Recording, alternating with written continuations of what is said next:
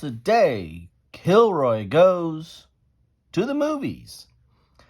Yes, I'm trying a new segment during a special week. This week is D-Day week. I've decided to dedicate all my content and efforts to D-Day, exploring different facets of it through books and games and now movies. I've yet to do a Kilroy goes to the movies, but now this will be the inaugural segment of Kilroy goes to the movies. I've actually referred to movies throughout several of my videos where talking about a game, and if there's a movie on point or that is helps explain the game or ties into the theme of the game, then I'll point out the movie or the book from time to time. But this is my first time I'm just talking about movies, and these are D-Day movies because it's D-Day week. Now, I don't have a ton of D-Day movies or all the D-Day movies, so this is not a complete list or an exhaustive list, and feel free in the comments to let me know what I'm missing, why I'm missing it, why shouldn't I cover this. I'm just covering a handful of movies that I pulled off my shelf that deal with D-Day in some aspect. I've seen many more movies that have covered D-Day in some aspect, but these are ones that were within reach. As I said, welcome your comments on what are your top 3 D-Day movies, or top one, whatever you want to share on the list. Let me know. And I think others would like to know too. I'd like to get a good list of recommendations on what they should be watching. So without further ado, the first one I'm going to start with is kind of the classic on D-Day. It was a epic film made back in the days when you could throw in an entire veritable who's who of actors into a cast and have a kind of an ensemble piece of an ensemble movie that stands the test of time. I mean, everybody who's anybody is in this movie, and that is the Daryls Annex, The Longest Day. And this is unlike some of the other movies I'm going to talk about. This one's completely dedicated to The Longest Day. It's dedicated to D-Day. So it's, starts with some of the preparations, of course, and some of the days immediately preceding D-Day, but not, it doesn't go too far out. And then the rest of it is really focused on D-Day. All aspects of it, from, the paradroppings to even some of the resistance, coordination, but mostly, the landings and all aspects of it, from some of the leadership down to, the soldiers on the sand. So, Daryls Annex, Longest Day, black and white. I think it's been colorized. I'm not a big fan of colorization. I prefer to see it in the original form, the way that the director shot it with the shadowing and the black and white. I think that's meaningful. It's not heresy to have it colorized, but I prefer the colorized version. I mean, I prefer the black and white version over color to try to capture the essence of the original movie. So this won 2 Academy Awards. I think it won for Best Cinematography and Best Special Effects. But as you can see here, there's a whole cavalcade of stars, as they said in the day. You've got John Wayne, Robert Mitchum, Henry Fonda, Eddie Albert, Richard Burton, Sean Connery, Peter Lawford, Rod Steiger, Stuart Whitman, Robert Ryan, Edmund O'Brien, Kurt Jurgens, and more. So, I mean, this is a lot of stars in this feature. And John Wayne is a paratrooper of all things. So, anyway, interesting movie, good movie, covering every.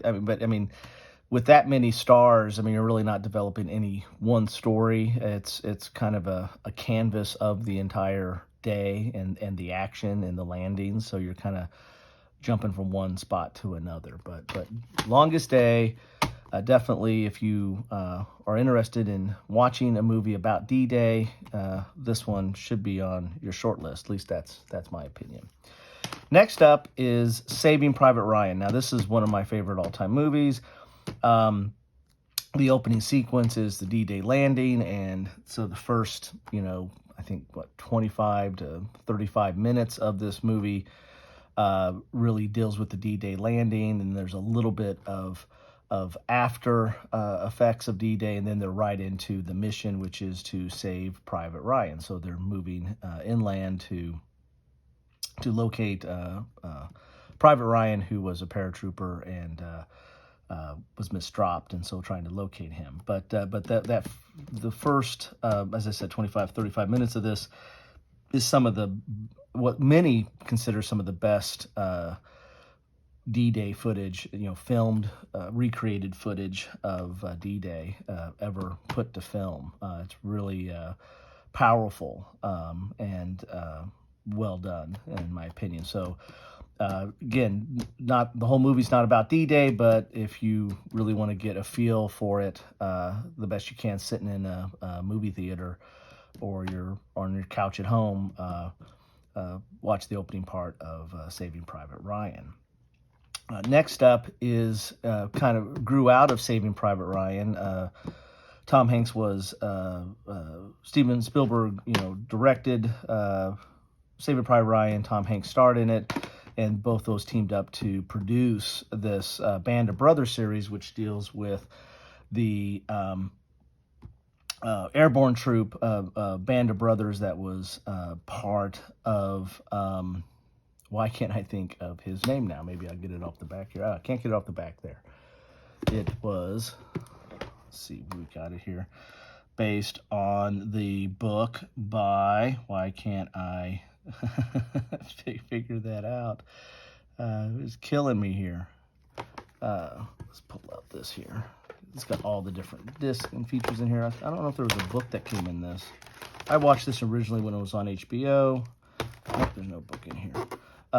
But why is the name completely escaping me right now? I'm going to channel my focus. Stephen Ambrose. Why couldn't I think of that name? Yes, it's based on a book by Stephen Ambrose that tracks these paratroopers all the way through their training into the D-Day landings. And into their efforts all the way through the war. They were at the Battle of the Bulge. They liberated a concentration camp, and went to even Hitler's Eagle's Nest. So quite an interesting series, quite an interesting story. The breadth of experiences that these group of troops, or these Band of Brothers, experienced is quite amazing. You get to see the entire most of all aspects, or not all, but a good view of the World War II in the Western theater through the eyes of these soldiers through this series. Excellent done series. It's done in the same kind of vein as Saving Private Ryan. So if you like this movie and the way it's filmed and handled, then you're probably going to like this as well. This goes in a lot more depth on the characters. There are a lot more characters, but then again, it's a series, so you have a lot more time to deal with it. And each episode focuses on a different aspect. There's one episode, like in the Battle of the Bulge, where they focus on the medic, and I really like that episode, and kind of the stress and the struggles and the how a medic saw the war and combat through their eyes. I really like that episode. But each of the different episodes kind of focuses a little bit on some of the different soldiers and the commanders and what they were going through. And again, it's all based on the Stephen Ambrose book. So really like that. But the first disc, I think, is all training. I can't remember if it's like the second or third episode you actually get into the D-Day. And again, they're dropped behind enemy lines, so you're going to see their aspects of that war. But they were in some pretty significant actions that led to victory on that day. So getting a different perspective, this is, landing on the beach. This is dropping from the sky. So you get a little couple of different aspects of in a up close and personal viewpoint with these two. And of course, Longest Day, you get the whole kit and caboodle there. And my last one might be a surprise to you, but this one is My Way. This is a Korean movie, so there's going to be subtitles in it. But this is done by the same director of Taika Gui. Probably pronounced that wrong, but the Brotherhood of War. That's dealing about the Korean War and two brothers that were fighting on opposite sides of the Korean War. This is based on a true story, loosely based, because once you watch this movie, it gets a little far afield and gets a little bit of, okay, I know they had some gaps to fill in, but they kind of took some liberties in filling in those gaps. But this movie covers a Korean soldier, actually a Korean runner, and he gets co-opted into the Japanese army. Fights against the Russians early on. That was some of the beginning actions of World War II in Asia, at least. And he gets captured by the Russians. So he gets basically brought into the Russian service. More like in a gulag, but he's basically brought into the Russian service, and then ends up with on the German side. Again, it's based on a true story. There was this guy, this Korean soldier they found at Normandy, because that's how this movie ends. Spoiler alert: he ends up fighting for the Germans at Normandy. So he goes all the way from fighting for the Japanese in the Far East to fighting via the Russians to fighting for the Germans at Normandy. And they did find a Korean soldier who had that story. So that much of it's true. How they fill in some of the gaps, that he was a runner and would run against this. I can't remember if it was a Korean or another Japanese soldier that was kind of became his commander at one point, or his adversary.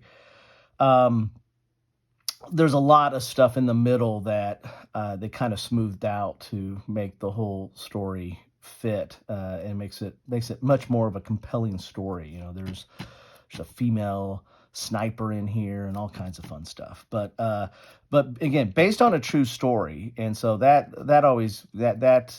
doesn't take much to loop me in. And when I hear that, I'm like, okay, well, let's see what this is about. And especially since it's such an interesting story, an intriguing story. But this one is like the opposite of Band of Brothers and Saving Private Ryan, which start out basically with D-Day. This ends with D-Day. And it's an interesting perspective. Again, this is going to be mostly from the Germans' perspective, because he's in the command or the bunkers and the fixed positions, hardened positions at D-Day. So anyway, so that's my D-Day Kilroy Goes to the Movies selection. What is your selection? Have you seen any of these? Do you like them? Do you agree, disagree? What would you recommend? I know there are other movies out there. There's one I haven't seen that's called Storming Juno, which is about the Canadian efforts during D-Day on Juno Beach. And that one's relatively recent. That's been within the last 5-10 years. I lose track of time. I don't know how recent that is. I think it's been in the last 5 years maybe. But I heard that one's relatively good. I have not seen that one, though. I'd like to get a hold of that one, but that one's just focused on Juno Beach, so that one might be a good one to watch. But again, what are your go-to D-Day movies? Love to hear it. Put it in the comments. If you got a top 3, put the top 3. If you got a top 50, I don't know if you want to go that far, but if you got one top 50, put it in the comments. Love to see what you have to say and share it with others. So, hopefully this turns into a list where people go to and say, hey, I'm thinking about watching a movie on D-Day. What's out there? And hopefully this might be a good starting point. Anyway, that's my offering. I wanted to talk about that. Again, love so much to hear what your offering is. This is my first Kilroy Goes to the Movies. Thanks for stopping by. Thanks, and hope if you share, thanks so much for sharing. Really appreciate that. Anyway, I'll continue on with D-Day week, and hopefully you're finding some of the stuff interesting. If not, well, that's okay too.